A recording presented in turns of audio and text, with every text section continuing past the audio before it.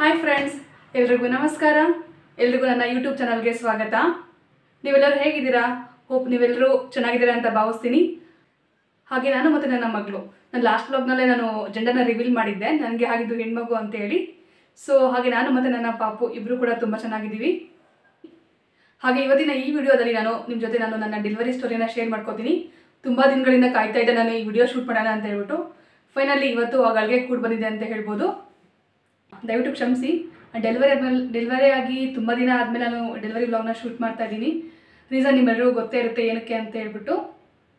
ನಾನು already previous ವ್ಲಾಗ್ಸ್ನಲ್ಲೆಲ್ಲ ಹೇಳಿದ್ದೆ, 2-3 ವ್ಲಾಗ್ನಲ್ಲೆಲ್ಲ ಹೇಳಿದ್ದೆ ಏನಕ್ಕೆ ಲೇಟ್ ಆಗ್ತಿದೆ ವಿಡಿಯೋಸ್ ಬರೋದು ಅಂತ ಹೇಳ್ಬಿಟ್ಟು. ಸೊ ಅರ್ಥ ಮಾಡ್ಕೋತೀರಾ ಅಂತ ಅಂದ್ಕೊಂಡಿದ್ದೀನಿ. ಹಾಗೆ ನಾನು ಈ ವಿಡಿಯೋ ಮಧ್ಯದಲ್ಲಿ ಕೆಲವೊಂದಷ್ಟು ಹಾಸ್ಪಿಟಲ್ ಕ್ಲಿಪ್ಸ್ನ ಆ್ಯಡ್ ಮಾಡ್ತೀನಿ. ಸೊ ಸ್ಕಿಪ್ ಮಾಡದೆ ವಿಡಿಯೋನ ಪೂರ್ತಿಯಾಗಿ ನೋಡಿ, ಓಕೆ? ಹಾಗೆ ನನಗೆ C-ಸೆಕ್ಷನ್ ಡೆಲಿವರಿ ಆಯಿತಾ ಅಥವಾ ನಾರ್ಮಲ್ ಡೆಲಿವರಿ ಆಯಿತಾ ಅನ್ನೋದು ಕೂಡ ನಿಮಗೆ ಗೊತ್ತಾಗುತ್ತೆ. ಸೊ ಬನ್ನಿ ತಡ ಮಾಡದೆ ಈ ವಿಡಿಯೋನ ಶುರು ಮಾಡೋಣ. ಫ್ರೆಂಡ್ಸ್, ನಾನು ಲಾಸ್ಟ್ ವ್ಲಾಗ್ನಲ್ಲಿ ಹೇಳಿದ್ದೆ, ನನ್ನ ಮೆಟರ್ನಿಟಿ ಶೂಟ್ ವಿಡಿಯೋದಲ್ಲಿ ನಿಮ್ಮೆಲ್ಲರಿಗೂ ಹೇಳಿದ್ದೆ, ನಾನು ಎಮರ್ಜೆನ್ಸಿ ಅಂತ ಹೇಳ್ಬಿಟ್ಟು ನನ್ನ ಫೋಟೋಶೂಟ್ ದಿನನೇ ನಾನು ಹಾಸ್ಪಿಟಲ್ಗೆ ಅಡ್ಮಿಟ್ ಆಗಬೇಕಾಗಿ ಬಂತು ಅಂತ ಹೇಳ್ಬಿಟ್ಟು. ಬಟ್ ರೀಸನ್ ಏನು ಅಂತ ನಿಮ್ಗೆಲ್ಲರಿಗೂ ಹೇಳಿರಲಿಲ್ಲ. ಸೊ ರೀಸನ್ ಏನು ಅಂತ ನಾನು ಈ ವಿಡಿಯೋದಲ್ಲಿ ನಿಮ್ಮ ಜೊತೆ ಶೇರ್ ಮಾಡ್ಕೋತೀನಿ. ಹಾಗೆ ನನ್ನ ಪ್ರೆಗ್ನೆನ್ಸಿ ಅನೌನ್ಸ್ಮೆಂಟ್ ವಿಡಿಯೋದಲ್ಲಿ ನಾನು ನಿಮ್ಮೆಲ್ಲರ ಹತ್ರನೂ ಹೇಳಿದ್ದೆ, ಡೆಲಿವರಿ ಟೈಮಲ್ಲಿ ರಘು ನನ್ನ ಜೊತೆಗಿರಬೇಕು ಅಂತ ನನಗೆ ಆಸೆ ಇದೆ ಅಂತ ಹೇಳ್ಬಿಟ್ಟು. ಸೊ ಡೆಲಿವರಿ ಟೈಮಲ್ಲಿ ರಘು ನನ್ನ ಜೊತೆಗಿದ್ರಾ ಇಲ್ವಾ ಅನ್ನೋದು ಕೂಡ ನಿಮಗೆ ಇದೇ ವ್ಲಾಗಲ್ಲಿ ಗೊತ್ತಾಗುತ್ತೆ. ಫ್ರೆಂಡ್ಸ್, ಏನಾಯಿತು ಅಂತ ಅಂದರೆ, ನನಗೆ 19th ಅಕ್ಟೋಬರ್ ನನಗೆ ಜನರಲ್ ಚೆಕಪ್ ಇತ್ತು ಹಾಸ್ಪಿಟಲಲ್ಲಿ. ಸೊ ನಾನು 19th ಅಕ್ಟೋಬರ್ ನಾನು ಹಾಸ್ಪಿಟಲ್ಗೆ ಹೋಗಬೇಕಾಗಿತ್ತು.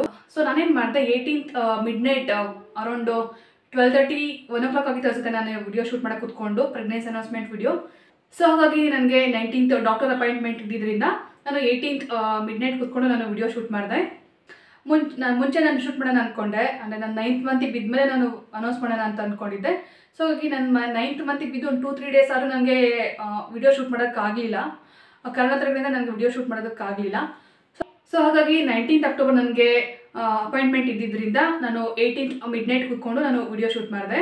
ಅವ್ರು ಹೇಳಿದರು ನೆಕ್ಸ್ಟ್ ಬಂದಾಗ ಸ್ಟ್ರಿಪ್ಪಿಂಗ್ ಮಾಡ್ತೀನಿ ಅಂತ ಹೇಳ್ಬಿಟ್ಟು. ಸ್ಟ್ರಿಪ್ಪಿಂಗ್ ಅಂತ ಅಂದರೆ ನಂದು ಫಸ್ಟ್ ಡೆಲಿವರಿ, ನನಗಿದು ಸೆಕೆಂಡ್ ಬೇಬಿ ಅಂತ ತುಂಬ ಜನಕ್ಕೆ ಗೊತ್ತಿರ್ಬೋದು. ಸೊ ಅದಕ್ಕೆ ಫಸ್ಟ್ ಡೆಲಿವರಿ ಆಗಿದ್ದು ನಾರ್ಮಲ್ ಡೆಲಿವರಿ. ಹಾಗಾಗಿ ನನಗೆ ಸೆಕೆಂಡ್ ಡೆಲಿವರಿನೂ ನಾರ್ಮಲ್ ಡೆಲಿವರಿಗೆ ಟ್ರೈ ಮಾಡೋಣ ಅಂತಲೇ ಹೇಳಿದರು. ನಾರ್ಮಲ್ ಡೆಲಿವರಿನೇ ಕೇಳಿದೆ ನಾನು. ಫಸ್ಟ್ ಡೆಲಿವರಿ ನಾರ್ಮಲ್ ಡೆಲಿವರಿ ಆಗಿದ್ದರಿಂದ 2ನೇ ಡೆಲಿವರಿನೂ ನಾರ್ಮಲ್ ಡೆಲಿವರಿನೇ ಕೇಳಿದೆ ಡಾಕ್ಟರ್ ನಾರ್ಮಲ್ ಡೆಲಿವರಿ ಆಗುತ್ತೆ ಡಾಕ್ಟರ್ ಅಂತ ಹೇಳ್ಬಿಟ್ಟು. ಖಂಡಿತ ಟ್ರೈ ಮಾಡೋಣ, ನಾರ್ಮಲ್ ಡೆಲಿವರಿಗೆ ಟ್ರೈ ಮಾಡೋಣ ಅಂತಲೇ ಹೇಳಿದರು ಡಾಕ್ಟ್ರು. ಸೊ ಹಾಗಾಗಿ ಅವರಂದರು, ಸೊ ನೆಕ್ಸ್ಟ್ ಟೈಮ್ ಬಂದಾಗ ಸ್ಟೆಪ್ಪಿಂಗ್ ಮಾಡೋಣ ಅಂತ ಹೇಳ್ಬಿಟ್ಟು ಹೇಳಿದರು ಡಾಕ್ಟರು. ಅದಕ್ಕೆ ನ್ಯಾಚುರಲ್ ಆಗಿ ಪೇನ್ ಬರೋದಕ್ಕೆ ಒಂದು ಪ್ರೊಸೀಜರ್ ಇರುತ್ತೆ. ಸೊ ಆ ಪ್ರೊಸೀಜರ್ ಅದು ಆ್ಯಕ್ಚುಲಿ ನನಗೆ ಡ್ಯೂ ಡೇಟ್ ಇದ್ದಿದ್ದು November 15th. ಡಾಕ್ಟರ್ ಹೇಳಿದರು November 15th ಬಿಡೋದು ಬೇಡ, ಯಾಕಂದರೆ ನನ್ನ ಬೇಬಿ ವೆಯ್ಟ್ ಸ್ವಲ್ಪ ಜಾಸ್ತಿ ಇದೆ, ಜೊತೆಗೆ ಬೇಬಿ ತಲೆನೂ ಸ್ವಲ್ಪ ದಪ್ಪ ಇರೋಂಗಿದೆ. ಸೊ ಹಾಗಾಗಿ ನಾವು 15th ನವೆಂಬರ್ವರೆಗೂ ಬಿಟ್ಕೊಂಡ್ರೆ ಬೇಬಿ ವೆಯ್ಟ್ ತುಂಬ ಜಾಸ್ತಿ ಆಗುತ್ತೆ, 4 ಹಂಗಾಗುತ್ತೆ. ಸೊ ನಾರ್ಮಲ್ ಡೆಲಿವರಿ ಕಷ್ಟ ಆಗ್ಬೋದು. ಸೊ ಹಾಗಾಗಿ ಅಕ್ಟೋಬರ್ ಎಂಡಲ್ಲೇ ನಾವು ಡೆಲಿವರಿಗೆ ಪ್ಲ್ಯಾನ್ ಮಾಡ್ಕೊಳ್ಳೋಣ. ಸೊ ಹೋಗಿ ನೆಕ್ಸ್ಟ್ ನೀವು ಬಂದಾಗ ನಾನು ಸ್ಟ್ರಿಪ್ಪಿಂಗ್ ಮಾಡ್ತೀನಿ ಅಂತ ಹೇಳಿದರು. ನ್ಯಾಚುರಲ್ ಆಗಿ ಪೇನ್ ಬರೋ ಥರ ಒಂದು ಪ್ರೊಸೀಜರ್ ಸ್ಟ್ರಿಪ್ಪಿಂಗ್ ಮಾಡ್ತೀನಿ ಅಂತ ಹೇಳಿದರು.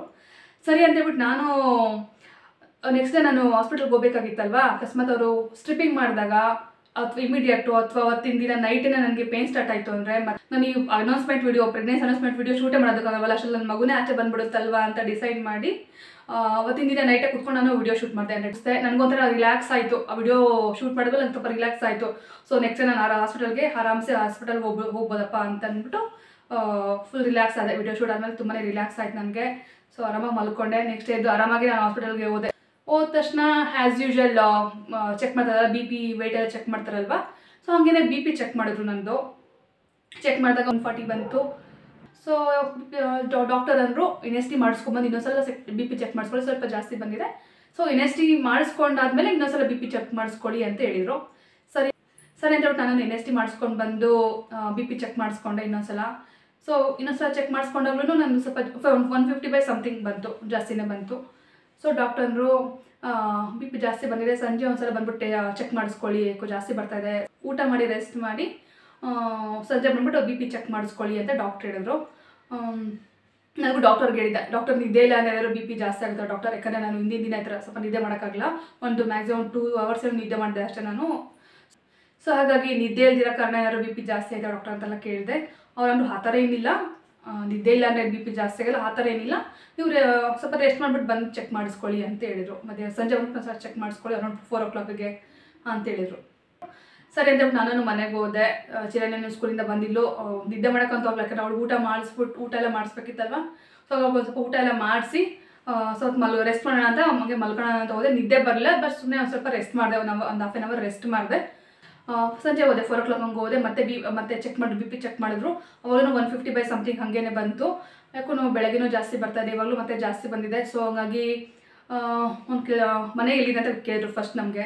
ಸೊ ಮನೆ ಇಲ್ಲಿ ಹತ್ರದಲ್ಲೇ ಇದ್ದಿದ್ದರಿಂದ ಅವರು ನೆಕ್ಸ್ಟ್ ಡೇ ಬೆಳಗ್ಗೆ ಒಂದ್ಸಲ ಬಂದು ಚೆಕ್ ಮಾಡಿಸ್ಕೊಳ್ಳಿ, ಬೆಳಗ್ಗೆನ ಬೇಗ ಬಂದು ಚೆಕ್ ಮಾಡಿಸ್ಕೊಳ್ಳಿ ಅಂತ ಹೇಳಿದ್ರು. ಅಕಸ್ಮಾತ್ ನಮ್ಮ ಮನೆ ಏನಾದ್ರು ದೂರ ಆಯಿತು ಅಂದರೆ ಮೋಸ್ಟ್ಲಿ ಅವತ್ತು ಅಡ್ಮಿಟ್ ಆಗಬೇಕಾಗಿತ್ತು ಅನ್ಸುತ್ತೆ ನಾನು ಹಾಸ್ಪಿಟಲ್ಗೆ. ಅವತ್ತೇನೆ ದೂರ ಇದ್ದಿದ್ರೆ, ದೂರ ಅಥವಾ ಬೇರೆ ಊರು ಏನಾದ್ರು ಆಗಿದ್ರೆ ಅವತ್ತಿನ ದಿನ ನಾನು ಹಾಸ್ಪಿಟಲ್ಗೆ ಅಡ್ಮಿಟ್ ಆಗಬೇಕಾಗಿತ್ತೇನೋ. ಮನೆ ಹತ್ರ ಇದ್ದಿದ್ದರಿಂದ ಅವರು ನೆಕ್ಸ್ಟ್ ಡೇ ಬೆಳಗ್ಗೆ ಬಂದ್ಬಿಟ್ಟು ಒಂದ್ಸಲ BP ಚೆಕ್ ಮಾಡಿಸ್ಕೊಳ್ಳಿ ಅಂತ ಹೇಳಿದರು. ಸರಿ ಅಂತಬಿಟ್ಟು ನಾನು ಮನೆಗೆ ಹೋದೆ. ನೆಕ್ಸ್ಟ್ ಡೇ ಬೆಳಗ್ಗೆ ಅಂದರೆ 28 ನಾನು ಫೋಟೋಶೂಟ್ಗೆ ಅಂತ ಬುಕ್ ಮಾಡಿದ್ದೆ. ಸೊ ಅವತ್ತಿನ ದಿನ ಬೆಳಗ್ಗೆ ಒಂದ್ಸಲ ಬಂದು ಚೆಕ್ ಮಾಡಿಸ್ಕೊಳ್ಳಿ, BP ಚೆಕ್ ಮಾಡಿಸ್ಕೊಳ್ಳಿ ಅಂತ ಹೇಳಿದರು. ಸೊ ಮತ್ತೆ ಬೆಳಗ್ಗೆ ಹಾಸ್ಪಿಟಲ್ಗೆ ಹೋದೆ. ಹೋದ ತಕ್ಷಣ ಮತ್ತೆ ಆಮೇಲೆ BP ಚೆಕ್ ಮಾಡಿದ್ರು. ಫಸ್ಟು ಜೂನಿಯರ್ ಡಾಕ್ಟರ್ ಇದ್ರು, ಅವ್ರು ಚೆಕ್ ಮಾಡಿದ್ರು. 180 ಸಮಥಿಂಗ್ ಬಂತು, ಜಾಸ್ತಿನೇ ಬಂತು BP. ಸೊ ನನ್ನ ನೋಡ್ತಿ ಡಾಕ್ಟರ್ ಹೆಸರು ಶೈಲಜಾ ಅಂತ ಹೇಳ್ಬಿಟ್ಟು. ಹಾಗೆ ಹಾಸ್ಪಿಟಲ್ ಹೆಸರು ನಾನು ಲಾಸ್ಟಲ್ಲಿ ಹೇಳ್ತೀನಿ, ನಾನು ಯಾವ ಹಾಸ್ಪಿಟಲಲ್ಲಿ ತೋರಿಸ್ಕೊಂಡೆ ಅಂತ ಹೇಳ್ಬಿಟ್ಟು. ಸೊ ಶೈಲಜಾ ಡಾಕ್ಟ್ರು ನಾನು ಸಲ ಚೆಕ್ ಮಾಡ್ತೀನಿ ಅಂತ ಹೇಳ್ಬಿಟ್ಟು ಅವ್ರೊಂದ್ಸಲ ಚೆಕ್ ಮಾಡಿದ್ರು. ಸೊ ಅವಾಗ 165 ಸಮಥಿಂಗ್ ಬಂತು. ಇವೊಂದು 180 160 ಬಂದಿದ್ರು. ನಿನ್ನೇನೋ BP ಜಾಸ್ತಿ ಬರ್ತಾ ಇದೆ, ಬಟ್ ಜಾಸ್ತಿ ದಿನ ಬಿಡೋದು ಬೇಡ. ಸೊ BP ಜಾಸ್ತಿ ಬಂದಮೇಲೆ ಜಾಸ್ತಿ ದಿನ ಡೆಲಿವರಿಗೆ ಬಿಡೋದು ಬೇಡ. ಸೊ ಇಮಿಡಿಯೇಟ್ ನಾವು ಡೆಲಿವರಿ ಪ್ಲಾನ್ ಮಾಡೋಣ. ಸೊ ಇಮಿಡಿಯೇಟ್ ಅಡ್ಮಿಟ್ ಆಗಿ ಅಂತ ಹೇಳಿದ್ರು ನನಗೆ. ಇಮಿಡಿಯೇಟ್ ಅಡ್ಮಿಟ್ ಆಗಿ ಸೊ 2 hours ಒಂದ್ಸಲ BP ಮಾನಿಟರ್ ಮಾಡಿಕೊಂಡು ಇಂಡ್ಯೂಸ್ ಮಾಡೋಣ ಅಂತ, ಅಂದರೆ ಇಂಡ್ಯೂಸ್ ಅಂದರೆ ಪೇನ್ ಬರೋ ಥರ ಇಂಡ್ಯೂಸ್ ಮಾಡೋಣ ಅಂತ ಹೇಳಿದರು ಡಾಕ್ಟರ್. ಅಂದ ತಕ್ಷಣ ಇಮಿಡಿಯೇಟ್ ಅಡ್ಮಿಟ್ ಆಗಿ ಅಂದ ತಕ್ಷಣ ಸ್ವಲ್ಪ ಬ್ಲಾಂಕೆ ಆಯ್ತು ನನಗೆ, ಏನು ಹೇಳೋದು ಅಂತ ಗೊತ್ತಾಗಲಿಲ್ಲ ನನಗೆ. ಯೂಶಲಿ ಈ ಥರ BP ಎಲ್ಲ ಜಾಸ್ತಿ ಬಂದಾಗ ಜಾಸ್ತಿ ದಿನ ಡೆಲಿವರಿಗೆ ಬಿಡೋಲ್ಲ. ಸೊ ಬೇಗನೆ ಡೆಲಿವರಿಗೆ ಪ್ಲಾನ್ ಮಾಡ್ತಾರೆ. ಸೊ ಇದಕ್ಕೆ ಅಂತಂದರೆ BP ಜಾಸ್ತಿ ಆಯಿತು ಅಂತಂದರೆ ಹೊಟ್ಟೆ ಒಳಗಡೆ ಇರೋ ಮಗುಗೆ ತೊಂದರೆ ಆಗುತ್ತೆ. ಹಾಗೆ ತಾಯಿಗೆ ಪಿಡ್ಸ್ ಬರೋ ಚಾನ್ಸಸ್ ಇರುತ್ತೆ, ಹಾಗೆ ಮಗುಗೆ ಆರ್ಗನ್ಸ್ ಡ್ಯಾಮೇಜ್ ಆಗೋ ಚಾನ್ಸಸ್ ಇರುತ್ತೆ.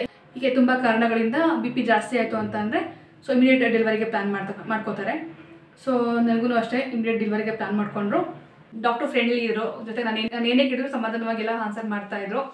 ಸೊ ಹೋಗಿ ನಾನು ಡಾಕ್ಟರ್ನ ರಿಕ್ವೆಸ್ಟ್ ಮಾಡಿಕೊಂಡೆ, ಡಾಕ್ಟರ್ ಈ ಥರ ಫೋಟೋಶೂಟ್ಗೆ ಬುಕ್ ಮಾಡಿಬಿಟ್ಟಿದ್ದೀನಿ ಡಾಕ್ಟರ್ ಇವತ್ತು ಅಂತ ಹೇಳ್ಬಿಟ್ಟು. ಅವ್ರು ಹೇಳಿದ್ರು ಫೋಟೋಶೂಟ್ ಇಂಪಾರ್ಟೆಂಟಾ, ಮಗು ಇಂಪಾರ್ಟೆಂಟಾ ನಿಮಗೆ ನೋಡಿ ಅಂತ.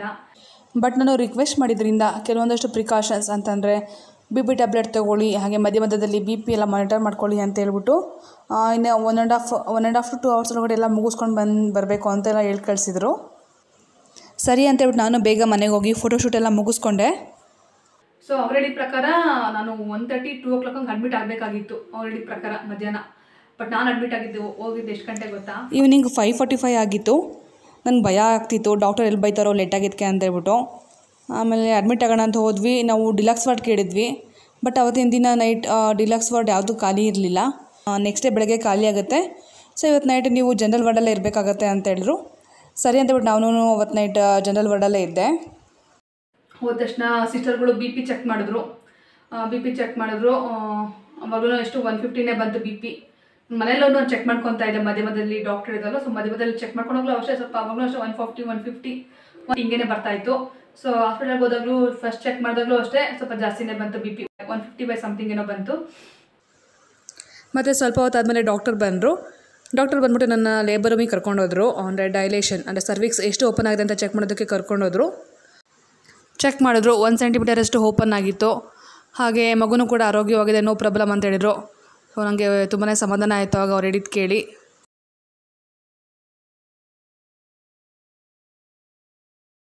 ನಾನು ಅಂದ್ಕೊಂಡಾಗ ಮೆಟರ್ನಿಟಿ ಶೂಟನ್ನು ಮುಗೀತು, ಹಾಗೆ ಮಗುನೂ ಚೆನ್ನಾಗಿದೆ ಅಂತ ಕೇಳ್ಬಿಟ್ಟು ನನಗೂ ಖುಷಿ ಆಯಿತು. ಬಂದ ತಕ್ಷಣ ಮತ್ತೆ ಜನರಲ್ ವಾರ್ಡ್ಗೆ ಬಂದಮೇಲೆ ನನಗೆ ಸಿಸ್ಟರ್ ಒಂದು ಟ್ಯಾಬ್ಲೆಟ್ ಕೊಟ್ಟರು, ಪೇನ್ ಬರೋದಕ್ಕೆ ಒಂದು ಟ್ಯಾಬ್ಲೆಟ್ ಕೊಟ್ಟರು. ಅವತ್ತಿನ ದಿನ ಟ್ಯಾಬ್ಲೆಟ್ ತೊಗೊಂಡು ಒಂದು ಅರ್ಧ ಗಂಟೆ ಆದಮೇಲೆ ನನಗೆ ಸಿಸ್ಟರ್ಸು ಸ್ವಲ್ಪ ವಾಕ್ ಮಾಡಿ ಹಾಗೆ ಸ್ಟೆಪ್ಸ್ ಎಲ್ಲ ಹತ್ತಿ ಇಳಿದೆಲ್ಲ ಮಾಡಿ ಅಂತ ಹೇಳಿದ್ರು. ನಾನು ಪ್ರೆಗ್ನೆನ್ಸಿ ಬಿಗಿನಿಂಗಿನಲ್ಲೂ ಅಷ್ಟೇ ಚೆನ್ನಾಗೇ ವಾಕ್ ಮಾಡ್ತಾಯಿದ್ದೆ. ಡಾಕ್ಟರ್ ಕೂಡ ಹೇಳಿದರು ನನಗೆ, ನಂದು ವೆಯ್ಟ್ ಬೇರೆ ಸ್ವಲ್ಪ ಜಾಸ್ತಿ ಇತ್ತು. ಸೊ ಹಾಗಾಗಿ ಹೆಲ್ದಿ ಡಯಟ್ ಫಾಲೋ ಮಾಡಿ, ಜೊತೆಗೆ ಮಾರ್ನಿಂಗ್ ಒಂದು 45 minutes ಮತ್ತು ಈವ್ನಿಂಗ್ ಒಂದು 30 minutes ಬ್ರಿಸ್ಕ್ ವಾಕ್ ಮಾಡಿ ಅಂತೆಲ್ಲ ಹೇಳಿದರು. ಸೊ ಹಾಗಾಗಿ ನಾನು ಕೂಡ ಬ್ರಿಸ್ಕ್ ವಾಕ್ ಮಾಡ್ತಾಯಿದ್ದೆ. ಹಾಗೆ ನಾನು 3rd ಟ್ರೈಮಿಸ್ಟರ್ನಲ್ಲಿ ಕೆಲವೊಂದಷ್ಟು ಎಕ್ಸಸೈಸ್ ಅಂತ ಅಂದರೆ ಈ ಸ್ಟೆಪ್ಸ್ ಹತ್ತಿ ಇಳಿಯೋದಾಗಿರ್ಬೋದು, ಹಾಗೆ ಸ್ಕ್ವಾಟ್ಸ್ ಅಂತೆ, ಹಾಗೆ ಬಟರ್ಫ್ಲೈ ಎಕ್ಸಸೈಸ್, ಈ ಥರದ್ದೆಲ್ಲ ಎಕ್ಸಸೈಸ್ ಮಾಡ್ತಾಯಿದ್ದೆ. ಆ್ಯಕ್ಚುಲಿ ನಾನು ಪ್ರೆಗ್ನೆನ್ಸಿ ರೂಟೀನ್ ವಿಡಿಯೋ ಶೂಟ್ ಮಾಡೋಣ ಅಂತ ಹೇಳ್ಬಿಟ್ಟು ತುಂಬಾ ಪ್ಲ್ಯಾನ್ ಮಾಡಿದ್ದೆ. ಅಮ್ಮ ಹೆಂಗೋ ಡೆಲಿವರಿಗಿಂತ ಮುಂಚೆ ಬರ್ತಾರಲ್ವ, ಸೊ ಅವ್ರು ಬಂದಮೇಲೆ ಅವ್ರನ್ನೂ ವಾಕ್ ಕರ್ಕೊಂಡೋಗ್ಬಿಟ್ಟು ನಾನು ಎಕ್ಸಸೈಸ್ ಮಾಡೋದನ್ನೆಲ್ಲ ವೀಡಿಯೋ ಮಾಡೋಣ ಅಂತ ಹೇಳ್ಬಿಟ್ಟು ಪ್ಲ್ಯಾನ್ ಮಾಡಿದ್ದೆ. ಬಟ್ ಅನ್ಫಾರ್ಚುನೇಟ್ಲಿ ನಾನು ಎಮರ್ಜೆನ್ಸಿ ಅಂತ ಹೇಳ್ಬಿಟ್ಟು ಹಾಸ್ಪಿಟ್ಲಿಗೆ ಅಡ್ಮಿಟ್ ಆಗೋ ದಿನವೇ ಅಮ್ಮ ಬಂದರು. ಸೊ ಹಾಗಾಗಿ ಅದು ಯಾವುದೂ ವೀಡಿಯೋ ಶೂಟ್ ಮಾಡೋದಕ್ಕಾಗಲಿಲ್ಲ. ಅಲ್ಲಂತೂ ಆಗಲಿಲ್ಲ. ಅಟ್ಲೀಸ್ಟ್ ಇವಾಗಾದ್ರೂ ನನಗೆ ಡೆಲಿವರಿ ಆಗೋದಕ್ಕಿಂತ ಮುಂಚೆ ನಾನೇನೇ ಎಕ್ಸಸೈಸ್ ಮಾಡ್ತಾಯಿದ್ದೆ ಅಂತ ಹೇಳ್ಬಿಟ್ಟು ತೋರಿಸೋಣ ಅಂತ ಹೇಳ್ಬಿಟ್ಟು ಈ ವಿಡಿಯೋ ಶೂಟ್ ಮಾಡಿಸ್ದೆ ಅಮ್ಮನ ಹತ್ರ. ಹಾಗೆ ನಾವು ಈ ಪ್ರೆಗ್ನೆನ್ಸಿ ಟೈಮಲ್ಲಿ ಸ್ಟೆಪ್ಸ್ ಹತ್ತಿ ಇಳಿಯೋದು ಮಾಡಬೇಕಾದ್ರೆ ಸ್ಟ್ರೈಟಾಗಿ ಹತ್ತಿ ಇಳಿಬಾರ್ದು ಅಂತ ಹೇಳ್ತಾರೆ. ಈ ಥರ ಸೈಡಿಂದ ಹತ್ತೋದು ಇಳಿಯೋದು ಮಾಡಬೇಕು ಅಂತ ಹೇಳ್ತಾರೆ. ಹಾಗೆ ಹಾಸ್ಪಿಟಲ್ನ ಕೆಲವೊಬ್ಬರು ಸ್ಟಾಫ್ಸ್ಗೆ ನನಗಿದು ಸೆಕೆಂಡ್ ಡೆಲಿವರಿ ಅಂತ ಗೊತ್ತಿತ್ತು. ಹಾಗೆ ನಂದು ಫಸ್ಟ್ ಡೆಲಿವರಿ ಆಗಿದ್ದು ನಾರ್ಮಲ್ ಡೆಲಿವರಿ ಅಂತಲೂ ಗೊತ್ತಿತ್ತು. ಸೊ ಹಾಗಾಗಿ ನಾನು ಇಷ್ಟೆಲ್ಲ ಎಕ್ಸಸೈಸ್ ಮಾಡಬೇಕಾದ್ರೆ ಅವರೆಲ್ಲ ಹೇಳ್ತಾಯಿದ್ರು, ಏನಕ್ಕೆ ಇಷ್ಟೊಂದು ಸರ್ಕಸ್ ಮಾಡ್ತೀರಾ, ಹೋಗಿ ಆರಾಮಾಗಿ ರೆಸ್ಟ್ ಮಾಡೋಕೆ ಹೋಗಿ, ಸೆಕೆಂಡ್ ಡೆಲಿವರಿ ಸೆಕೆಂಡ್ ಬೇಬಿ ಅಲ್ವಾ, ಆರಾಮಾಗಿ ನಾರ್ಮಲ್ ಆಗುತ್ತೆ ಹೋಗಿ ಅಂತೆಲ್ಲ ಹೇಳ್ತಾಯಿದ್ರು. ನನಗೂ ಅವ್ರು ಹೇಳೋದನ್ನೆಲ್ಲ ಕೇಳಿ ನನಗೂ ಹೋಪ್ಸ್ ಬರ್ತಾಯಿತ್ತು, ಹೋಗ್ಬಿಟ್ಟಪ್ಪ ನಾರ್ಮಲ್ ಡೆಲಿವರಿನೇ ಆಗ್ಬೋದು ಅಂತ ಹೇಳ್ಬಿಟ್ಟು. ಬಟ್ ನನ್ನ ಕೈಲಾದಷ್ಟು ನಾನು ಎಕ್ಸಸೈಸ್ ಮಾಡ್ತಾಯಿದ್ದೆ. ನಾನು ಅಡ್ಮಿಟ್ ಆದಾಗ ಜನರಲ್ ವಾರ್ಡ್ನಲ್ಲಿ ಇದ್ನಲ್ವ, ಸೊ ಹಾಗಾಗಿ ನನಗೆ ಅಲ್ಲಿ ಸ್ಕ್ವಾಟ್ಸ್ ಎಲ್ಲ ಮಾಡೋದಕ್ಕೆ ಆಗ್ತಿರಲಿಲ್ಲ, ಏನಕ್ಕೆ ಅಂದರೆ ತುಂಬ ಜನ ಇರ್ತಾಯಿದ್ರು ಅಲ್ಲಿ. ಸೊ ಹಾಗಾಗಿ ನಾನೇನು ಮಾಡ್ತಾಯಿದ್ದೆ ಅಂದರೆ ವಾಶ್ರೂಮ್ಗೆ ಹೋದಾಗೆಲ್ಲ ಅಲ್ಲಿ ಡೋರ್ನ ಸಪೋರ್ಟ್ ತೊಗೊಂಡು ನಾನು ಒಂದು 10 to 15 ಟೈಮ್ಸ್ ಸ್ಕ್ವಾಟ್ಸ್ ಮಾಡೋದೆಲ್ಲ ಮಾಡ್ಕೊಂಡು ಬರ್ತಾಯಿದ್ದೆ. ನನಗೆ ಮುಂಚೆಯಿಂದಲೂ ಅಷ್ಟೇ ನಾರ್ಮಲ್ ಡೆಲಿವರಿನೇ ಮಾಡಿಸ್ಕೋಬೇಕು ಅಂತಬಿಟ್ಟು ತುಂಬಾ ಆಸೆ ಇದ್ದಿದ್ದು. ಗೊತ್ತು ತುಂಬಾ ಪೇನ್ ಆಗುತ್ತೆ ಅಂತ, ಬಟ್ ಲೈಫ್ನಲ್ಲಿ ಒನ್ಸ್ ಆರ್ ಟ್ವೈಸ್ ಅಲ್ವಾ ನಾವು ಆ ನೋವನ್ನ ಅನುಭವಿಸೋದು. ದೇವರು ಹೆಣ್ಣಿಗೆ ಒಂದು ಶಕ್ತಿ ಕೊಟ್ಟಿದ್ದಾನೆ. ಸೊ ಹಾಗಾಗಿ ನಾನು ಎಷ್ಟೇ ನೋವಾದರೂ ಪರವಾಗಿಲ್ಲ, ನಾರ್ಮಲ್ ಡೆಲಿವರಿನೇ ಮಾಡಿಸ್ಕೊಳ್ಳೋಣ ಅಂತೇಳ್ಬಿಟ್ಟು ಮೈಂಡ್ನಲ್ಲಿ ಪ್ರಿಪೇರ್ ಆಗಿದ್ದೆ. ನಾನು ಬರೀ ನಾರ್ಮಲ್ ಡೆಲಿವರಿಗೆ ಅಂತಲೇ ಅಲ್ಲ, ನಾನು ಸಿ ಸೆಕ್ಷನ್ ಮಾಡ್ತೀವಿ ಅಂತ ಅಂದ್ರೂ ಕೂಡ ಅದಕ್ಕೂ ನಾನು ಮೈಂಡಲ್ಲಿ ಪ್ರಿಪೇರ್ ಆಗಿದ್ದೆ. ಹೇಳೋಕ್ಕಾಗಲ್ವಲ್ಲ, ಲಾಸ್ಟ್ ಮೊಮೆಂಟಲ್ಲಿ ಏನು ಬೇಕಾದ್ರೂ ಆಗ್ಬೋದು, ನನ್ನ ಮಗು ಕಂಡೀಷನ್ ಮೇಲೆ ಡಿಪೆಂಡ್ ಆಗುತ್ತೆ. ಸೊ ಹಾಗಾಗಿ ನಾನು ಸಿ ಸೆಕ್ಷನ್ಗೂ ನಾನು ರೆಡಿ ಇದ್ದೆ. ಪ್ರಯತ್ನ ಪಡೋದ್ರಲ್ಲಿ ತಪ್ಪು, ಪ್ರಯತ್ನ ಪಡೋಣ. ಎಂಡ್ ಆಫ್ ದ ಡೇ ಯಾವುದಾದ್ರು ಆಗಲಿ, ನಾರ್ಮಲ್ ಆದರೂ ಪರವಾಗಿಲ್ಲ, ಸಿ ಸೆಕ್ಷನ್ ಆದರೂ ಪರವಾಗಿಲ್ಲ. ನಾರ್ಮಲ್ ಡೆಲಿವರಿ ಆದರೆ ಖುಷಿ, ಸಿ ಸೆಕ್ಷನ್ ಆಗಿಲ್ಲ ಅಂದರೆ ಅಟ್ಲೀಸ್ಟ್ ನಾನು ಪ್ರಯತ್ನ ಪಟ್ಟನಲ್ವಾ ನಾರ್ಮಲ್ ಡೆಲಿವರಿಗೆ, ನನ್ನ ಸ್ಯಾಟಿಸ್ಫ್ಯಾಕ್ಷನ್ ಇರ್ತಿತ್ತು ನನಗೆ. ಸೊ ಹಾಗಾಗಿ ನಾನು ಎರಡಕ್ಕೂ ರೆಡಿ ಇದ್ದೆ. ಮಗು ಒಂದು ಆರೋಗ್ಯವಾಗಿ ಆಚೆ ಬಂದರೆ ಸಾಕು ಅನ್ನೋದು ಅನ್ನೋದಿತ್ತು. ನಾನು ಅಡ್ಮಿಟ್ ಆಗಿದ್ದಿನ ಜಸ್ಟ್ ಟ್ಯಾಬ್ಲೆಟ್ ತೊಗೊಂಡಿದ್ದೆ ಅಷ್ಟೇ ಸಂಜೆ. ಮತ್ತು ಅವತ್ತಿನ ದಿನ ನೈಟ್ ಎಲ್ಲ ಮತ್ತು ಅವತ್ತಿನ ದಿನ ಬೆಳಗ್ಗೆವರೆಗೂ ಅವರು ಎವ್ರಿ 2 hours ಒಂದ್ಸಲ ಬಂದುಬಿಟ್ಟು BP ಚೆಕ್ ಮಾಡಿಕೊಂಡು NST ಮಾಡ್ಕೊಂಡು ಹೋಗೋರು. ಹಾಗೆ ಹಿಂದಿನ ದಿನ ಹೇಳಿದರು, ನೆಕ್ಸ್ಟ್ ಡೇ ಬೆಳಗ್ಗೆ ನಾವು ಜೆಲ್ ಅಪ್ಲೈ ಮಾಡ್ತೀವಿ ಅಂತ ಹೇಳಿದರು. ಅಂದರೆ ಡೈಲೇಟ್ ಆಗೋದಕ್ಕೆ, ಸರ್ವಿಕ್ಸ್ ಡೈಲೇಟ್ ಆಗೋದಕ್ಕೆ ಜೆಲ್ ಅಪ್ಲೈ ಮಾಡ್ತೀವಿ ಅಂತ ಹೇಳಿದರು. ಆಮೇಲೆ ನೆಕ್ಸ್ಟ್ ಡೇ ಬೆಳಗ್ಗೆ ಅರೌಂಡ್ 8 o'clock ಹಂಗೆ ಅನ್ಸುತ್ತೆ ಬಂದು ನನ್ನ ಕರ್ಕೊಂಡೋದ್ರು, ಲೇಬರ್ ರೂಮಿಗೆ ಕರ್ಕೊಂಡೋದ್ರು. ಅವಾಗ ಡೈಲೇಟ್ ಆವಾಗಲೂ ಚೆಕ್ ಮಾಡಿದ್ರು, ಡೈಲೇಷನ್ ಎಷ್ಟಾಗಿದೆ ಅಂತ ಹೇಳ್ಬಿಟ್ಟು ಚೆಕ್ ಮಾಡಿದ್ರು. ಆಲ್ಮೋಸ್ಟ್ 2 centimeters ಡೈಲೇಟ್ ಆಗಿತ್ತು ಸರ್ವಿಕ್ಸು. ಆಮೇಲೆ ಜೆಲ್ ಅಪ್ಲೈ ಮಾಡಿದ್ರು. ಜೆಲ್ ಅಪ್ಲೈ ಮಾಡಿದ್ಮೇಲೆ ಅವ್ರಿಗೆ ಒಂದು ಹಾಫ್ ಆನ್ ಅವರ್ ನೀವೇನು ವಾಶ್ರೂಮ್ಗೆಲ್ಲ ಹೋಗಬೇಡಿ, ಹಾಗೆ ವಾಕೆಲ್ಲ ಮಾಡಬೇಡಿ, ಜಸ್ಟ್ ರೆಸ್ಟ್ ಮಾಡಿ ಒಂದು ಹಾಫ್ ಆನ್ ಅವರ್ ಆದಮೇಲೆ ಒಂದು 10 minutes ವಾಕ್ ಮಾಡೋದು, ಒಂದು ಹಾಫ್ ಆನ್ ಅವರ್ ರೆಸ್ಟ್ ಮಾಡೋದು, ಒಂದು 10 minutes ವಾಕ್ ಮಾಡೋದು, ಒಂದು ಹಾಫ್ ಆನ್ ಅವರ್ ರೆಸ್ಟ್ ಮಾಡೋದು, ಹೀಗೆ ಮಾಡ್ತಾಯಿದ್ರಿ. ಕಂಟಿನ್ಯೂಸ್ ಆಗಿ ವಾಕ್ ಮಾಡಬೇಡಿ, ಸುಸ್ತಾಗ್ತೀರ ಅಂತ ಹೇಳಿದರು. ಸರಿ ಅಂತ ನಾನು ಅವ್ರು ಹೇಳ್ದಂಗೆ ಫಾಲೋ ಮಾಡಿದೆ. ಮಧ್ಯಾಹ್ನವರೆಗೂ ನನಗೇನು ಪೇನ್ ಕಾಣಿಸ್ಕೊಳ್ಳಲಿಲ್ಲ. ಸೊ ಅರೌಂಡ್ 3 o'clock ಹಂಗೆ ಮತ್ತೆ ನನ್ನ ಡಾಕ್ಟರ್ ಕರ್ಕೊಂಡವರು. ಸೊ ನನಗೆ ಏನೂ ಪೇನ್ ಕಾಣಿಸ್ಕೊಂಡಿಲ್ಲ, ನನಗೆ ಮಧ್ಯಾಹ್ನ ಏನೂ ಪೇನ್ ಕಾಣಿಸ್ಕೊಂಡಿಲ್ಲ. ಸೊ 3 o'clock ಹಂಗೆ ಮತ್ತೆ ಇನ್ನೊಂದ್ಸಲ ನನ್ನ ಲೇಬರ್ ರೂಮಿಗೆ ಕರ್ಕೊಂಡೋದ್ರು, ಇನ್ನೊಂದ್ಸಲ ಸೆಕೆಂಡ್ ಟೈಮ್ ಜೆಲ್ ಅಪ್ಲೈ ಮಾಡೋದಕ್ಕೆ. ಸೊ ಹಾಗಾಗಿ ಡಾಕ್ಟರ್ ಚೆಕ್ ಮಾಡಿದ್ರು, ಡಾಕ್ಟರ್ ಚೆಕ್ ಮಾಡಿದ್ರು, ಎಷ್ಟು ಡೈಲೇಟ್ ಆಗಿದೆ ಅಂತ ಚೆಕ್ ಮಾಡಿದ್ರು. ಆಲ್ಮೋಸ್ಟ್ 3 centimeter ಅಷ್ಟು ಡೈಲೇಟ್ ಆಗಿತ್ತು. ನಾರ್ಮಲ್ ಡೆಲಿವರಿಗೆ 9 to 10 centimeter ಅಷ್ಟು ಡೈಲೇಟ್ ಆಗಿರಬೇಕು ಸರ್ವಿಕ್ಸು. ಸೊ ಹಾಗಾಗಿ ನಾನು ಪ್ರತಿ ಸಲ ಹೋದಾಗಲೂ ಲೇಬರ್ ರೂಮಿಗೆ ಕರ್ಕೊಂಡೋದಾಗಲೂ ನಾನು ಕೇಳ್ತಾ ಇದ್ದೆ, ಎಷ್ಟು ಡೈಲೇಟ್ ಆಗಿದೆ ಅಂತ ನಾನು ಕೇಳ್ತಾನೆ ಇದ್ದೆ. ಪಾಪ ಅವರು ಸಮಾಧಾನವಾಗಿ ಆನ್ಸರ್ ಮಾಡ್ತಿದ್ರು, ನಾನು ಏನು ಕೇಳ್ತಿದ್ರು ಅದಕ್ಕೆ ಸಮಾಧಾನವಾಗಿ ಆನ್ಸರ್ ಮಾಡ್ತಾಯಿದ್ರು. ಸೆಕೆಂಡ್ ಟೈಮ್ ನನಗೆ ಡಾಕ್ಟ್ರು ಜೆಲ್ ಅಪ್ಲೈ ಮಾಡಿದ್ರು. ಅವ್ರು ಜೆಲ್ ಅಪ್ಲೈ ಮಾಡಿದ ತಕ್ಷಣ ಅವಾಗ ಸ್ಟಾರ್ಟ್ ಆಯಿತು ನೋಡಿ ನನಗೆ ಪೇಯ್ನು. ಸೊ ಅವಾಗ ಅಷ್ಟೇ ಒಂದು ಹಾಫ್ ಆನ್ ಅವರ್ ವಾಶ್ರೂಮ್ಗೆ ಹೋಗಬೇಡಿ, ಏನು ವಾಕ್ ಮಾಡಬೇಡಿ, ಜಸ್ಟ್ ರೆಸ್ಟ್ ಮಾಡಿ ಒಂದು ಹಾಫ್ ಆನ್ ಅವರ್ ಅಂತ ಹೇಳ್ಬಿಟ್ಟು ಕಳಿಸಿದ್ರು. ಸರಿ ಅಂತ ಬಂದೆ. ಆಮೇಲೆ ಅವಾಗ ನಮಗೆ ವಾರ್ಡ್ ಖಾಲಿ ಆಯಿತು, ನಮಗೆ ಡಿಲಾಕ್ಸ್ ವಾರ್ಡ್ ಖಾಲಿ ಆಯಿತು ಅಂದರೆ ಮಧ್ಯಾಹ್ನ ನಾನು ಡಿಲಾಕ್ಸ್ ವಾರ್ಡ್ಗೆ ಶಿಫ್ಟ್ ಆದೆ ಆವಾಗ. ಹಾಗೆ ನಂದು BP ಅಷ್ಟೇ ನಾರ್ಮಲಿಗೆ ಬಂದಿತ್ತು. ನನಗೆ ಡಾಕ್ಟರ್ ಜೆಲ್ ಅಪ್ಲೈ ಮಾಡಿರಲ್ವ ಸೆಕೆಂಡ್ ಟೈಮು, ಆವಾಗ ನನಗೆ ಇಮಿಡಿಯೇಟ್ ಪೇನ್ ಸ್ಟಾರ್ಟ್ ಆಯಿತು. ಪೇನ್ ಸ್ಟಾರ್ಟ್ ಆದಮೇಲೆ ನನಗೆ ವಾಕ್ ಮಾಡೋಕ್ಕಾಗ್ತಿರ್ಲಿಲ್ಲ, ಸರಿ ಕೂರೋಕ್ಕೂ ಆಗ್ತಿರ್ಲಿಲ್ಲ. ಹಾಗಾಗಿ ಸುಮ್ಮನೆ ಮಲ್ಕೊಂಡೇ ಇರ್ತಿದ್ದೆ ನಾನು. ನನಗೆ ಹೋಗ್ತಾ ಕಾಂಟ್ರಾಕ್ಷನ್ಸ್ ಅಂತಂದರೆ ಹೊಟ್ಟೆ ಗಟ್ಟಿಯಾಗಿ ಪೇನ್ ಬರುತ್ತಲ್ವ, ಅದು ಕಾಂಟ್ರಾಕ್ಷನ್ಸ್ ಎಲ್ಲ ಜಾಸ್ತಿ ಆಗ್ತಾಯಿತ್ತು.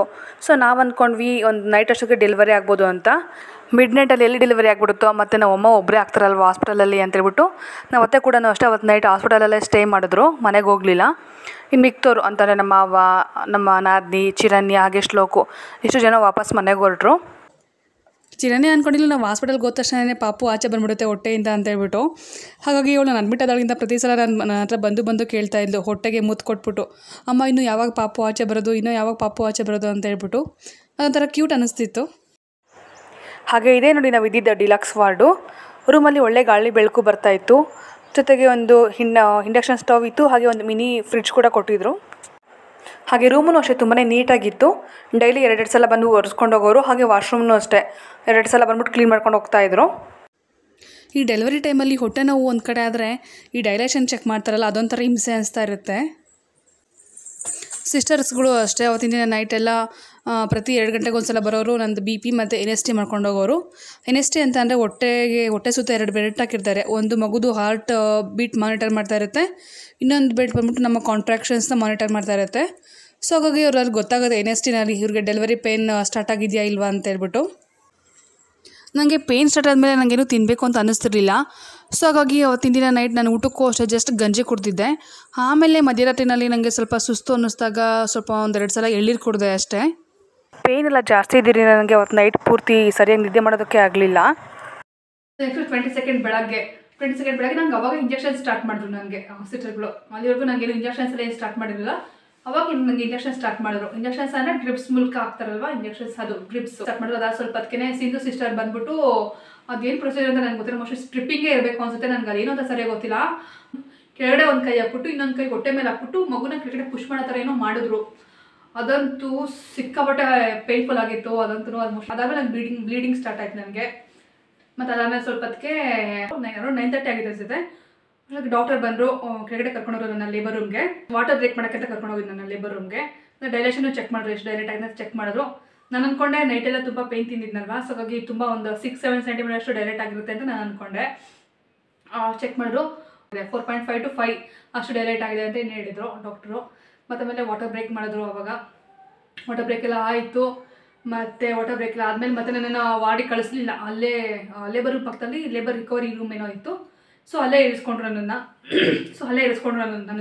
ಇವನ್ ಅಲ್ಲಿ ಬ್ರೇಕ್ಫಾಸ್ಟ್ ಕೂಡ ಏನೂ ಮಾಡಿರಲಿಲ್ಲ. ಸೊ ಹಾಗಾಗಿ ಗಂಜಿನೇ ಅಲ್ಲಿಗೆ ತಂದು ಕೊಟ್ಟರು. ಗಂಜಿಯಲ್ಲಿ ಅಲ್ಲೇ ಕುಡಿದೆ. ಸೊ ಅದೆಲ್ಲ ಆಯಿತು.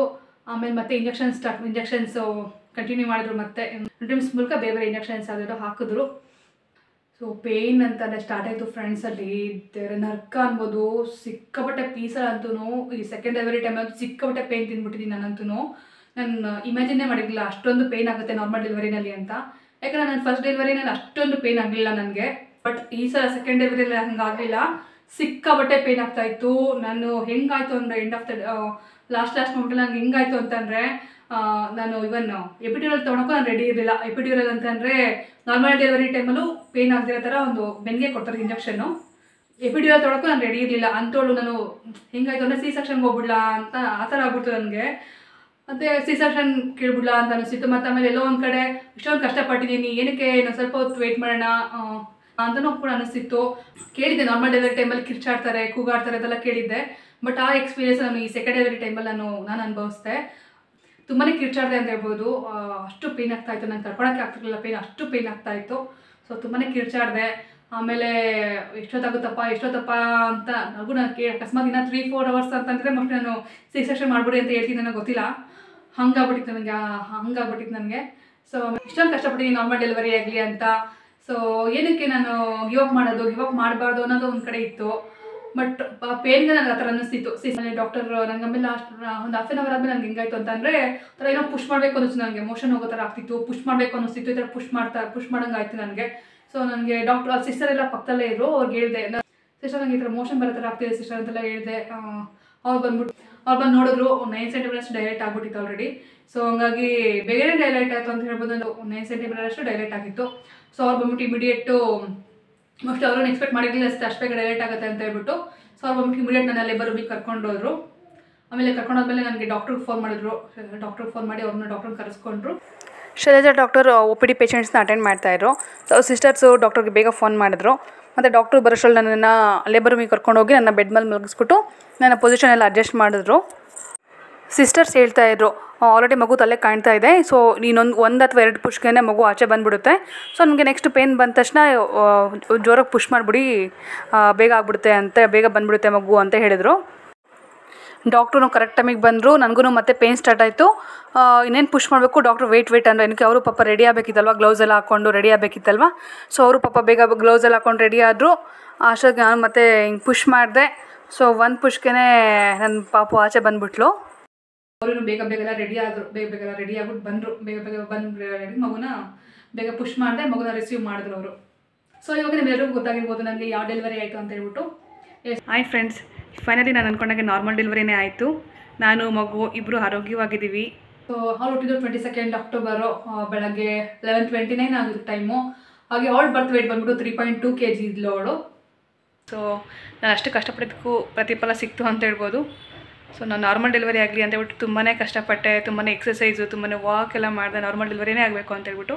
ಸೊ ಅದ್ರ ಪ್ರಕಾರ ನಾರ್ಮಲ್ ಡೆಲಿವರಿ ಆಗಿದೆ, ತುಂಬಾ ಖುಷಿ ಇದೆ. ನಾನು ಮಗು ಇಬ್ಬರು ಆರೋಗ್ಯವಾಗಿದ್ದೀವಿ. ಹಾಗೆ ನನಗಾಗಿದ್ದು ಹೆಣ್ಣು ಮಗು. ದಸರಾ ಪ್ರಯುಕ್ತ ಡಬಲ್ ದಬಾಕ ಅಂತ ಹೇಳ್ಬೋದು. ಮೊದಲನೇ ಮಗುನೂ ಹೆಣ್ಣು, ಎರಡನೇ ಮಗುನೂ ಹೆಣ್ಣು. ನಮಗೇನು ಮೊದಲನೇ ಮಗು ಹೆಣ್ಣಾಗಿರೋದ್ರಿಂದ ಎರಡನೇ ಮಗು ಗಂಡು ಬೇಕು ಅಂತ ಏನಿರಲಿಲ್ಲ. ಯಾವುದಾದ್ರೂ ಪರವಾಗಿಲ್ಲ, ಹೆಲ್ತಿ ಬೇಬಿನ ನಾವು ಎಕ್ಸ್ಪೆಕ್ಟ್ ಮಾಡ್ತಿದ್ವಿ. ಸೊ ನಾವು ಎಕ್ಸ್ಪೆಕ್ಟ್ ಮಾಡ್ದಂಗೆ ಹೆಲ್ತಿ ಬೇಬಿ ಡೆಲಿವರಿ ಆಗಿದೆ ನಮಗೆ.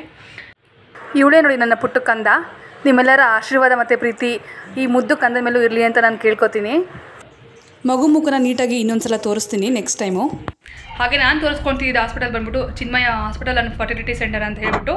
ಇದಿರೋದು ಮಹಾಲಕ್ಷ್ಮಿ ನಗರ್ 2nd phase ಬಟ್ವಾಡಿ ಹತ್ರ. ಇವಾಗ ನಿಮ್ಮೆಲ್ಲರಿಗೂ ಡೌಟ್ ಶುರು ಹೋಗ್ಬೋದು, ರಘು ಜೊತೆಗಿದ್ರಾ ಇಲ್ವಾ ಅಂತೇಳಿ. ಇಲ್ಲ, ಡೆಲಿವರಿ ಟೈಮಲ್ಲಿ ರಘು ನನ್ನ ಜೊತೆಗಿರಲಿಲ್ಲ. ಆ್ಯಕ್ಚುಲಿ ಅವರು ಬಂದಿದ್ದು ನನ್ನ ಡೆಲಿವರಿ ಆದ ನೈಟ್ ಅಂದರೆ ಮಿಡ್ ನೈಟ್ ಆಗಿದ್ದು. ಅವ್ರು ತುಮಕೂರಿಗೆ ಬಂದಾಗ ಬಂದಿದ್ದು. ಡೆಲಿವರಿ ಆದ ಬೆಳಗ್ಗೆ ನೆಕ್ಸ್ಟ್ ಡೇ ಬೆಳಗ್ಗೆ ಅವರು ಬಂದಿದ್ದು ಹಾಸ್ಪಿಟಲ್ಗೆ ನೋಡೋದಕ್ಕೆ ಅಂತ ಹೇಳ್ಬಿಟ್ಟು ನನ್ನ ಮಗುನ. ಆ್ಯಕ್ಚುಲಿ ರಘು 1 ವೀಕ್ ಮುಂಚೆನೇ ಟಿಕೆಟ್ ಬುಕ್ ಮಾಡ್ಕೊಂಡಿದ್ರಂತೆ. ಬಟ್ ಅವ್ರು ನಮ್ಗೆ ಹೇಳಿರಲಿಲ್ಲ ಈ ಥರ ಟಿಕೆಟ್ ಬುಕ್ ಮಾಡ್ಕೊಂಡಿರೋ ವಿಷಯ ನಮ್ಗೆ ಯಾರಿಗೂ ಹೇಳಿರಲಿಲ್ಲ. ಅವರು ಬಂದ್ಬಿಟ್ಟು ಸರ್ಪ್ರೈಸ್ ಕೊಡೋಣ ಎಲ್ರಿಗೂ ಅಂತ ಹೇಳ್ಬಿಟ್ಟು ಅವ್ರು ಪ್ಲ್ಯಾನ್ ಮಾಡ್ಕೊಂಡಿದ್ರು. ಬಟ್ ನೋಡಿದ್ರೆ ಅದು ಈ ಥರ ಸರ್ಪ್ರೈಸ್ ಆಗೋಯ್ತು. ಹಾಗೆ ನಾನು ಈ ವ್ಲಾಗ್ನ ನನ್ನ ಹಸ್ಬೆಂಡ್ಗೆ ನಾನು ಡೆಡಿಕೇಟ್ ಮಾಡ್ತೀನಿ. ಏನಕ್ಕೆ ಅಂತ ಅಂದರೆ ಈ ಡೆಲಿವರಿ ಆದಮೇಲೆ ಬಿಕಾಸ್ ಆಫ್ ಪೋಸ್ಟ್ಮಾರ್ಟಮ್ ಡಿಪ್ರೆಷನು ಅಥವಾ ಏನೋ ನನಗೆ ರೀಸನ್ ಗೊತ್ತಿಲ್ಲ, ಡೆಲಿವರಿ ಟೈಮ್ನಲ್ಲಿ ನನ್ನ ಹಸ್ಬೆಂಡ್ ನನ್ನ ಜೊತೆಗೆ ಇರಲಿವಲ್ಲ ಅನ್ನೋ ನೋವು ನನಗೆ ತುಂಬಾ ಕಾಡಿದೆ. ರಘು ಒಂದು 15-20 ಡೇಸ್ ಬಿಟ್ಟು ಬಂದಿದ್ದರೆ ನಾನು ಅಷ್ಟು ಕೊರಗ್ತಾ ಇದ್ನೋ ಇಲ್ವೋ ಗೊತ್ತಿಲ್ಲ. ಅವ್ರು ಬೇರೆ ಅವತ್ತಿನ ದಿನ ನೈಟೇ ಬಂದಲ್ವಾ. ಸೊ ಇದೊಂದು ಸಲ BP ನಾರ್ಮಲ್ ಬಂದಿದ್ದರೆ ನಾನು ಅಂದ್ಕೊಂಡಂಗೆ ಎಲ್ಲನೂ ಆಗ್ತಿತ್ತಲ್ವ. ಹಸ್ಬೆಂಡ್ ನನ್ನ ಜೊತೆಗೆ ಇರ್ತಿದ್ರು. ಜೊತೆಗೆ ನಾನು ಬೇರೆ ರಘುಗೆ ಫೋನಲ್ಲಿ ಹೇಳ್ತಾ ಇದ್ದೆ, ರಘು ನೀವು ಬೇಗ ಬಂದರೆ ಬ್ರೇಕ್ಫಾಸ್ಟ್ಗೆ ಆ ಹೋಟೆಲ್ಗೆ ಹೋಗೋಣ, ಡಿನ್ನರ್ಗೆ ಈ ಹೋಟ್ಲಿಗೆ ಹೋಗೋಣ ಅಂತೆಲ್ಲ ಹೇಳ್ತಾ ಇದ್ದೆ. ಅವರು ಸರಿ ಅಂತ ಹೇಳಿದರು. ಅವತ್ತೊಂದಿನ BP ನಾರ್ಮಲ್ ಬಂದಿದ್ರೆ ನಾನು ಅಂದ್ಕೊಂಡಂಗೆ ಎಲ್ಲ ಆಗ್ತಿತ್ತಲ್ವಾ. ನಾನು ಅಂದ್ಕೊಂಡಂಗೆ ನನ್ನ ಹಸ್ಬೆಂಡು ಕೂಡ ನನ್ನ ಜೊತೆಗೆ ಇರ್ತಾಯಿದ್ರು. ನಾನು ಅಂದ್ಕೊಂಡಂಗೆ ಎಲ್ಲ ಆಗ್ತಿತ್ತಲ್ವಾ ಅಂತ ಅದನ್ನೇ ಯೋಚನೆ ಮಾಡ್ತಾ ಇದ್ದೆ. ನಾನು ನೆಕ್ಸ್ಟ್ ಡೇ ಹಾಸ್ಪಿಟಲ್ ಚೆಕಪ್ ಇಟ್ಕೊಂಡು ಏನಕ್ಕೆ ಅವತ್ತು ಹಿಂದಿನ ದಿನ ನೈಟ್ ಒಂದು ಎದ್ದಾಗೆಟ್ಟು ವಿಡಿಯೋ ಶೂಟ್ ಮಾಡಿದೆ. ನಿದ್ದೆ ಇಲ್ದಿರೋ ಕಾರಣ ಏನಾದ್ರು BP ಜಾಸ್ತಿ ಆಯಿತಾ, ನಾನೇನಕ್ಕೆ ಮುಂಚೆನೇ ವಿಡಿಯೋ ಶೂಟ್ ಮಾಡಲಿಲ್ಲ ಅಂತೆಲ್ಲ ನೆನಪಿಸ್ಕೊಂಡು ಕೊರಗ್ತಾ ಇದ್ದೆ. ನನ್ನ ಫ್ರೆಂಡ್ಸ್ಗೆಲ್ಲರಿಗೂ ಫೋನ್ ಮಾಡಿ ಕೇಳ್ತಾ ಇದ್ದೆ, ನಿದ್ದೆ ಇಲ್ಲ ಅಂದರೆ BP ಜಾಸ್ತಿ ಆಗುತ್ತಾ ಅಂತೆಲ್ಲ ಫೋನ್ ಮಾಡಿ ಕೇಳ್ತಾ ಇದ್ದೆ. ಮತ್ತು ಎಷ್ಟೇ ಅವ್ರು ಹೇಳಿ ಸಮಾಧಾನ ಮಾಡಿದ್ರು ಕೂಡ ಮತ್ತೆ ಫೋನ್ ಕಟ್ ಮಾಡಿದ್ರು ಮತ್ತೆ ಅದ್ರ ಬಗ್ಗೆನೇ ಯೋಚನೆ ಆಗ್ತಾ ಇತ್ತು. ಪ್ರೆಗ್ನೆನ್ಸಿ ಟೈಮಲ್ಲಿ ಕಾಮನ್ ಇದೆಲ್ಲ BP ಜಾಸ್ತಿ ಆಗೋದೆಲ್ಲ ಕಾಮನು ಲಾಸ್ಟ್ ಮೂಮೆಂಟಲ್ಲಿ ಅಂತೆಲ್ಲ ಹೇಳ್ತಾ ಇದ್ರು. 3rd ಮಂತ್ ಸ್ಕ್ಯಾನಲ್ಲೂ ಅದೇ ಬಂದಿತ್ತು ನನಗೆ. ಲಾಸ್ಟ್ ಮೂಮೆಂಟಲ್ಲಿ BP ಸ್ವಲ್ಪ ಜಾಸ್ತಿ ಬರೋ ಚಾನ್ಸಸ್ ಇದೆ ಅಂತಲೂ ಬಂದಿತ್ತು. ಹೈ PH ಚಾನ್ಸಸ್ ಅಂತಲೇ ಬಂದಿತ್ತು. ಅದೇ ಥರನೇ ಆಯಿತು. ಯಾಕಂದರೆ ನಾನು ಫಸ್ಟ್ ಸೆಲೆನಿಯನ್ ಟೈಮಲ್ಲೂ ಹಿಂಗೆ ಆಗಿತ್ತು ಒಂದ್ಸಲ ಆಲ್ರೆಡಿ. ಅವಳು ಇದರಲ್ಲೂ ಅಷ್ಟೇ ಲಾಸ್ಟ್ ಮೂಮೆಂಟಲ್ಲಿ ಸ್ವಲ್ಪ BP ಜಾಸ್ತಿ ಆಯಿತು ಅವಳದು. ಸೊ ಹಾಗೆ ಅವಳು ಒನ್ ವೀಕ್ ಬಿಟ್ಟು ಅಡ್ಮಿಟ್ ಆಗಿ ಡೆಲಿವರಿ ಮಾಡಿಬಿಡೋಣ ಅಂತೆಲ್ಲ ಹೇಳಿದರು. ಅಂದರೆ ಡೆಲಿವರಿಗೆ 1 ವೀಕ್ ಟೈಮ್ ಇತ್ತು ಅಷ್ಟೇ. ಸೊ ಹಾಗೆ 1 ವೀಕ್ ಮುಂಚೆ ನಾವು ಡೆಲಿವರಿ ಮಾಡಿದ್ರು. ಸೊ ಈ ಸಲ ಸ್ವಲ್ಪ ಬೇಗನೆ ಡೆಲಿವರಿ ಆಯಿತು ಅಂತ ಹೇಳ್ಬೋದು. ನಾನು ಹಂಗೆ ಮಾಡಿದ್ರೆ BP ನಾರ್ಮಲಿಗೆ ಬರ್ತಿತ್ತೇನೋ, ಹೀಗೆ ಮಾಡಿದ್ರೆ BP ನಾರ್ಮಲಿಗೆ ಬರ್ತಿತ್ತೇನೋ, ಹಾಗೆ ಏನೇನೋ ಯೋಚನೆ ಮಾಡ್ತಾ ಇದೆ. ಅದು ಬೇರೆ ನಾವು ಒಂದೇ ಡೆಲಿವರಿ ಆದಮೇಲೆ ನಮ್ಮನ್ನೆಲ್ಲೂ ಆಚೆ ಬಿಡಲ್ಲ, ಒಂದೇ ರೂಮಲ್ಲೇ ಇರಬೇಕಾಗತ್ತೆ. ಸೊ ಹಾಗಾಗಿ ಯೋಚನೆ ಮಾಡ್ಕೊಂಡು ಅಳುನೂ ಬರ್ತಿತ್ತು. ಆಮೇಲೆ ನಾನೇ ಅಂದ್ಕೊಳ್ತಾ ಇದ್ದೆ, ಏನಕ್ಕೆ ಎಷ್ಟೊಂದು ಕೊರಗ್ತಾ ಇದ್ದೀನಿ, ನಾನು ಅಂದ್ಕೊಂಡಂಗೆ ಮಗು ಆರೋಗ್ಯವಾಗಿದೆ, ಜೊತೆಗೆ ನಾರ್ಮಲ್ ಡೆಲಿವರಿ ಆಗಿದೆ, ಅದ್ರ ಬಗ್ಗೆ ಖುಷಿ ಪಡೋಣ ಅಂತೇಳ್ಬಿಟ್ಟು ಸಮಾಧಾನ ಮಾಡ್ಕೊಳ್ತಾ ಇದ್ದೆ. ಅಂದ್ಕೋಬೋದು ಏನಕ್ಕೆ ಇಷ್ಟೊಂದೆಲ್ಲ ಹೇಳ್ತಿದ್ದಾರೆ, ಇಷ್ಟೊಂದೆಲ್ಲ ಹೇಳೋ ಅವಶ್ಯಕತೆ ಇತ್ತಾ ಅಂತ. ಏನಕ್ಕೆ ಅಂತಂದರೆ ಇವೆಲ್ಲ ಲೈಫ್ ಟೈಮ್ ಸೆಲೆಬ್ರೇಟ್ ಮಾಡೋವಂಥ ಮೆಮೊರೀಸ್. ನಾವು 9 ತಿಂಗಳು ಕಾದಿರ್ತೀವಿ ಆ ಮಗುಗೋಸ್ಕರ, ನಮ್ಮ ಮಗು ಸೇಫಾಗಿ ಆರೋಗ್ಯವಾಗಿ ಆಚೆ ಬರಲಿ ಅಂತ. ಫೈನಲಿ ಆ ದಿನ ಆ ಖುಷಿನ ಸೆಲೆಬ್ರೇಟ್ ಮಾಡೋಕ್ಕೆ ಅವ್ರ ಪ್ರೆಸೆನ್ಸೇ ಇಲ್ಲಿ ಇರಲಿಲ್ವಲ್ಲ. ಹಾಗಾಗಿ ನನಗೆ ಆ ನೋವು ತುಂಬಾ ಕಾಡಿದೆ. ನನಗೆ ಇವಾಗಲೂ ಚಿರನಿನ ಡೆಲಿವರಿ ಟೈಮ್ ಮೆಮೊರೀಸ್ ಅಂತಂದರೆ ನನಗೆ ಪೇಯ್ನ್ ಸ್ಟಾರ್ಟ್ ಆಗಿದ್ದು, ಆಮೇಲೆ ಡಾಕ್ಟರ್ ನನ್ನ ಲೇಬರ್ ರೂಮ್ಗೆ ಕರ್ಕೊಂಡೋಗಿದ್ದು ಡೆಲಿವರಿಗೆ ಅಂತೇಳ್ಬಿಟ್ಟು, ಆಮೇಲೆ ಮಗುನ ಕರ್ಕೊಂಡೋಗಿ ನಮ್ಮ ಫ್ಯಾಮಿಲಿಗೆ ಅವ್ರಿಗೆಲ್ಲ ತೋರಿಸಿದ್ದು, ಇದೆಲ್ಲ ನೆನಪಿಸ್ಕೊಂಡ್ರೆ ಎಷ್ಟು ಖುಷಿ ಆಗುತ್ತೆ ಗೊತ್ತಾ. ಬಟ್ ಈ ಸಲ ರಘು ಇದನ್ನೆಲ್ಲ ಮಿಸ್ ಮಾಡ್ಕೊಂಡ್ರಲ್ಲ ಅನ್ನೋದೊಂದು ನನಗೆ ಬೇಜಾರು. ಸೊ ಹಾಗಾಗಿ ನನ್ನ ಫೀಲಿಂಗ್ಸ್ನ ನಾನು ನಿಮ್ಮ ಜೊತೆ ಶೇರ್ ಮಾಡ್ಕೋತಾ ಇದ್ದೀನಿ. ಬಟ್ ಇವಾಗೇನಿಲ್ಲ, ಇವಾಗ ನಾರ್ಮಲ್ ಆಗಿದ್ದೀನಿ. ಹೇಗೋ ದೇವತೆಯಿಂದ ನನ್ನ 2 ಮಕ್ಕಳು ಸೇಫಾಗಿ ಆಚೆ ಬಂದರು.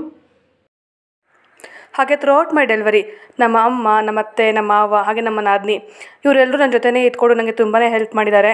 ಸೊ ಈ ವಿಡಿಯೋ ಮೂಲಕ ಅವರೆಲ್ಲರಿಗೂ ಥ್ಯಾಂಕ್ಸ್ ಹೇಳೋಕ್ಕೆ ಇಷ್ಟಪಡ್ತೀನಿ. ಇವರೆಲ್ಲ ಇದ್ದಿದ್ದು ನನಗೆ ತುಂಬಾ ಸಹಾಯ ಆಯಿತು. ಫ್ರೆಂಡ್ಸ್, ಇದಾಗಲೂ ನನ್ನ ಡೆಲಿವರಿ ಸ್ಟೋರಿ. ಈ ವಿಡಿಯೋ ಮೋಸ್ಟ್ಲಿ ತುಂಬ ಜನ ಪ್ರೆಗ್ನೆಂಟ್ ಲೇಡೀಸ್ಗೆ ಹೆಲ್ಪ್ ಆಗ್ಬೋದು ಅಂತ ಭಾವಿಸ್ತೀನಿ.